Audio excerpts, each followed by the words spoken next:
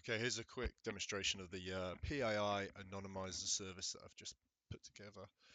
Um, I mean, on the GitHub repo here, it says contributors Claude and me, but I'll be honest with you, Claude has done it all.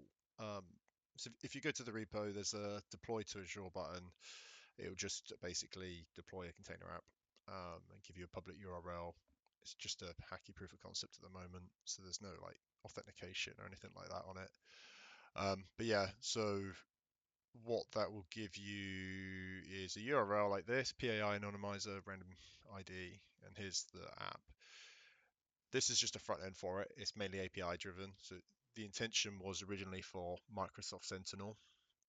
So what I wanted to do was either as a preprocessor, um, integrate that pipeline into this anonymizer service before any logs even reach Microsoft Sentinel, but that wasn't really feasible without using custom tables. Um, but I guess the main use case was for post-processing, so to dump all the logs from Microsoft Sentinel. And what I wanted with this anonymizing service was to like maintain the integrity and realism of um, any PII anonymization. So what I mean by that is like, say you find the name Ashley Kingscote in the syslog table in Microsoft Sentinel. Um, I want to substitute that with something random like John Smith, but if the name Ashley Kingscote is also found in the sign-in logs table, I want that exact same value to be substituted with John Smith. So I want everything to be consistent. The intention being that like I could dump a real data set from Microsoft Sentinel, um, and then anonymize it all and reuse that data for threat hunting. So the threats would still be present, and I'd be able to do like inner joins on values and things like that. Um, whilst maintaining complete integrity throughout. So yeah, it's mainly API driven. This is just a vibe coded, lovely little front end for it.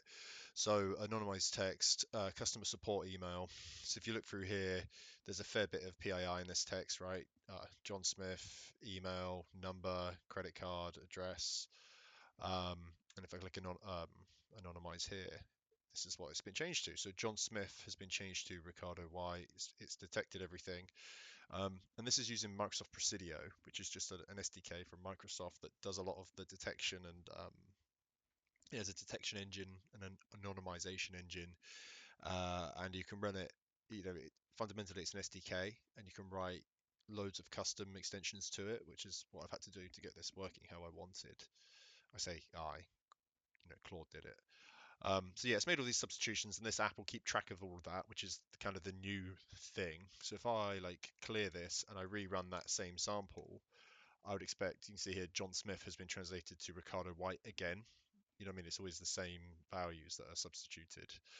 So if I clear this and I write like Ashley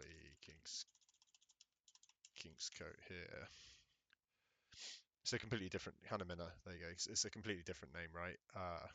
And then there's some other like fun around this. It's like if a private IP address is detected, I need that to be replaced with another private IP.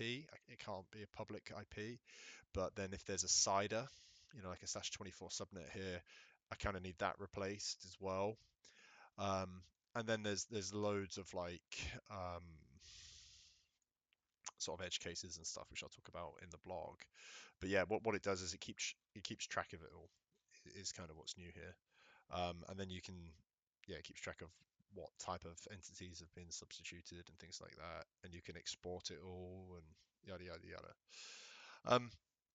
So yeah, that's it. It's nothing special, right? Like you kind of the world's changing quite rapidly at the moment, so building a little proof of concept app isn't particularly exciting. But here is like my Ashley Kingscote hotmail.co.uk. Here's my sign in activity log. You can see it's Ashley Kingscote. I've just hopped on a VPN here to try and mix up the